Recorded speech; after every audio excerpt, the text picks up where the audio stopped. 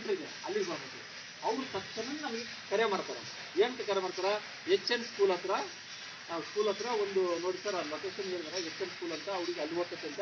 ಇಂತಿಂತ ಯಾರು ಅಪರಿಚಿತರು ಕರೆ ಮಾಡ್ತಾರೆ, ನೀವು ಅಲ್ಲಿ ಹೋಗ್ರ ಅಂತಾರೆ. ನಾವು ಯೂನಿವರ್ಸಿಟಿಯಾಗಿ ಇರ್ತೀವಿ, ನಾವು ಇದ್ದಿನ 5 ನಿಮಿಷಕ್ಕೆ ನಾವು ಬಂದ್ಬಿಡ್ತೀವಿ. ನಾವು ಇನ್ನೆಲ್ಲ ಹೋಗಿ ನೀವು ತಂದೆ ತಾಯಿಗೆ ಹೇಳ್ಬೇಕು ಮನ್ಯಾಗ, ಹೌದು ತಾನೆ? 1 and 2 ಎದಕ್ಕೆ ಕರೆ ಮಾಡ್ತೀರಿ? ಬಂದಾಗ ಏನಾದರೂ ನಿಮ್ಮ ಶಾಲೆ ಅಕ್ಕಪಕ್ಕದಲ್ಲಿ ಏನಾದರೂ ಬೆಂಕಿ ಎತ್ತಿತ್ತು ಅಂತಂದಾಗ, ನಿಮ್ಮ ಶಾಲೆ ಮುಂದೆ ಏನಾದರೂ ಅವಘಡ ನಡೀತಾ ಅಂತಂದಾಗ, ಆ ಸಮಯದಾಗ ನೀವು ಮೊಬೈಲ್ ಯಾರು ಇರ್ತದೆ ಅವ್ರ ಕೂಡ ಇದ್ದು 1 and 2 ಕರೆ ಮಾಡಿಸ್ಬೇಕು. ಇಲ್ಲಿ ಯಾರೋ ಬರ್ತಾರ, ಎಣ್ಣೆ ಹೊಡ್ಕೊಂಡು ಬರ್ತಿರ್ತಾರ, ತೂರಾಡ್ತಿರ್ತಾರ, ಹೌದಾ? ನಿಮ್ಮ ಸ್ಕೂಲ್ ಒಳಗಡೆ ಬಂದು ದಾಂಧಲಿ ಮಾಡ್ತಿರ್ತಾರ, ಕುಡಿತಿರ್ತಾರ. ಸೊ ಅಂಥ ಸಮಯದ ಕೂಡ ನೀವು ನಿಮ್ಮ ಅಪ್ಪಾಜಿ ಬಿಟ್ಟಿದ್ದಾಗ, ಸರ್ ಅಪ್ಪಾಜಿ ನಮ್ಮ ಸ್ಕೂಲಲ್ಲಿ ಒಬ್ಬನು ಇದು ಕುಡಿದು ಇನ್ನೋಸೆನ್ಸ್ ಮಾಡ್ತಾ ಇದ್ದಾನೆ, ಗ್ಲಾಸ್ ಎಲ್ಲ ಹೋಗ್ತಾ ಇದ್ದಾನೆ, 1 and 2 ಕರೆ ಮಾಡಿ ಅಪ್ಪಾಜಿ ಅಂತ ಹೇಳ್ಬೇಕು ನೀವು ಮುಗಿಯೋದಿಲ್ಲಾಗ, ಹೌದು ತಾನೆ? ನಂತರ ಇದು ಫಸ್ಟ್ ಪಾಯಿಂಟ್.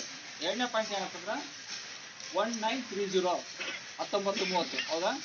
ನಿಮ್ಮಲ್ಲಿ ನಾವು ಜಾಸ್ತಿ ಹಣ ಎಲ್ಲಿ ಕಳ್ಕೊಂತೀವಿ? ಮೊಬೈಲಿಗೆ ಇರ್ತಕ್ಕಂಥ ಹಣ ಕಳ್ಕೊಂಡ್ಬಿಡ್ತೀವಿ ನಾವು. ಸೊ ಈಗ ಅಪರಿಚಿತ ಯಾರಾದ್ರೂ ಕಾಲ್ ಮಾಡಿ ನಿಮ್ದು OTP ಕೊಡ್ರಿ, ನಿಮ್ದು ಅಕೌಂಟ್ ನಂಬರ್ ಎಕ್ಸ್ಪೈರ್ ಆಗೈತೆ ಅಂತ ಕೇಳ್ತಿರ್ತೀವಿ ನಿಮ್ಮ ಅಪ್ಪಾಜಿಯವರಿಗೆ.